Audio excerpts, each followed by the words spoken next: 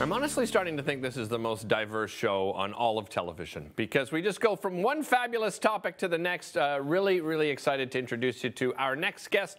Gabriela Ruiz is with Canto Sentimento String Quartet. Did I say that nicely? Yeah, it's pretty good. Okay, good. Okay, pretty good, she said. I didn't get a 10 out of 10, about a 7. Well, like my last name is Spanish, and then Canto Sentimento is Italian for sentiment singing. So. I see, yes. I see. Well, this is a great opportunity because I am a big fan of the string quartet. However, you know, I don't really know its history and origin. So first of all, let's talk about the instruments that you find in the string quartet. Obviously, this is one of them. So today, I brought the cello because obviously it's the biggest one. It's the easy one to showcase.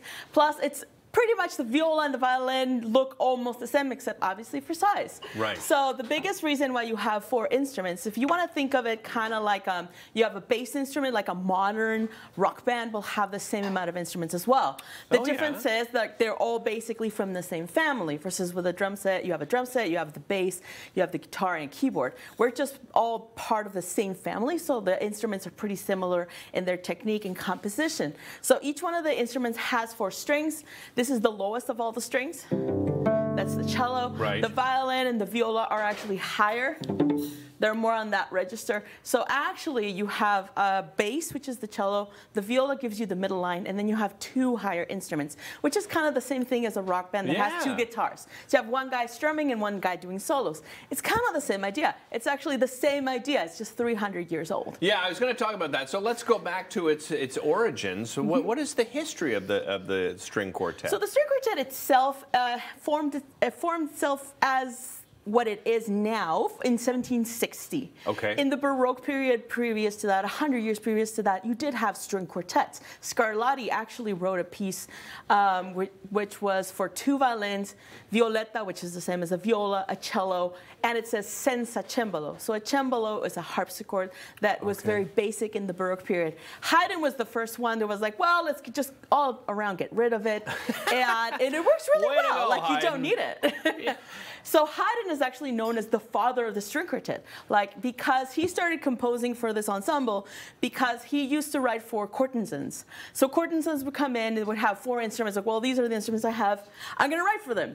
I see. And they were okay, because these people knew how to play. They weren't professional professional musicians, but they knew how to play really well. Right. So then they would come in, and he would write some stuff for them. I was like, oh, actually, that worked. Okay, I'm going to write another 67 string quartets. So he was the first one that really patented it as an art form, as what it is.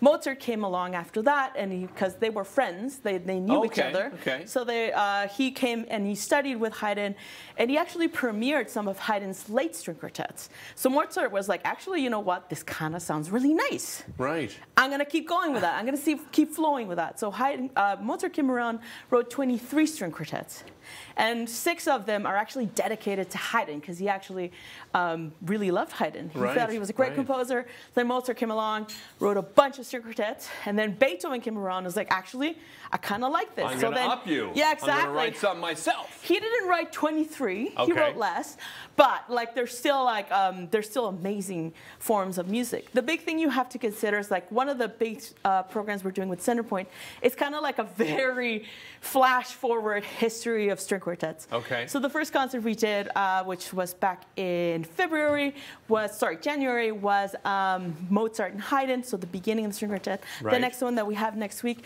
is the one where we're doing Beethoven and Dvorak. So Beethoven was the first composer that decided, I don't want to write commissioned pieces. I want to write music for the sake of the music. Right. Which is why his music is so much more emotional, more sentimental, why it kind of evokes more out of us than Haydn's music and Mozart's music. Not that their music isn't amazing. No, of course not. Of course not. But Beethoven was like, I want to write music just for the sake of writing music. Well, what attracted you to string instruments? That was a long story. When I was a kid, I wanted to play the piano. Okay. But I'm not very talented at playing the piano. Okay, I appreciate your honesty. It's true. I tried it out. I tried piano for 5 years, and it just didn't stick. And my dad's like, well, why don't you try something else? And I said, well, what do you have? He's like, we have the French horn and we have cello. And I was like, oh, I kind of don't want the French horn, so I'll take the cello. And then it's like, oh, actually, I can do this. It's pretty good. I like it. Okay. Nice. Yeah. So Was your father very musical? Both My parents? dad was a pianist. Okay. And he actually wanted to become a concert pianist, but his dad said no. I see. So he wasn't allowed to be a musician. Oh, what a shame. So when I turned 17, I told my dad, I think I want to be a musician. He's like, okay, but you have to study. Right. It's like you have to get your degree. Well, at least he was backing you, unlike his own parents. Yeah, like you have to get your degree. Right? Yeah. You have to work hard.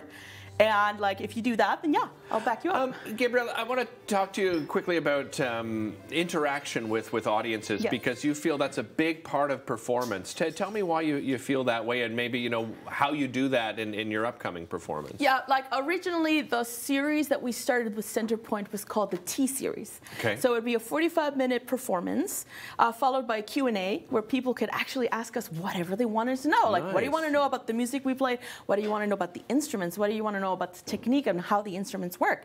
And I found that people were so invested, like they were so curious. And somebody once said, it was like, why don't you just Google it? I was like, because it's so nice to hear it from an actual human. For sure. And like I find a lot of the times when we perform, like it's so segregated. Like you're on that stage and there's a clear line where you're completely dissected from the public. Right. And like, and so by having that interaction, it's like, oh, actually, you know what? I'm a human. It's okay. Like, I'm actually, well, normal. So do you do the Q&A, or do you just interact now because you know that's something the audience loves? Well, the current format is a little different. It's a bit of a longer program, and we're actually playing, like, original T-Series had us showcasing music that had a theme. Like, we had a dance theme, and we would have modern music, like pop music and stuff like that. We had a cinema one where we just played a whole bunch of classical music and more modern cinema music. So we had a couple of different programs, which is a bit more interactive. We had a lot of young audience that would come as well that we love, because like young people need to be like excited about music, because that's how we're going to survive. Well, if there's anyone that can get people excited about music, it is you. No, seriously, your energy and passion is absolutely mesmerizing. Gabriela, really appreciate you joining us today. Well, thank you so much. I want to remind everybody, March 18th at 2 p.m., Meridian Theaters at Centerpoint. Of course, you can visit meridiancenterpoint.com to get your tickets, and make sure you get them now. We'll be right back after this.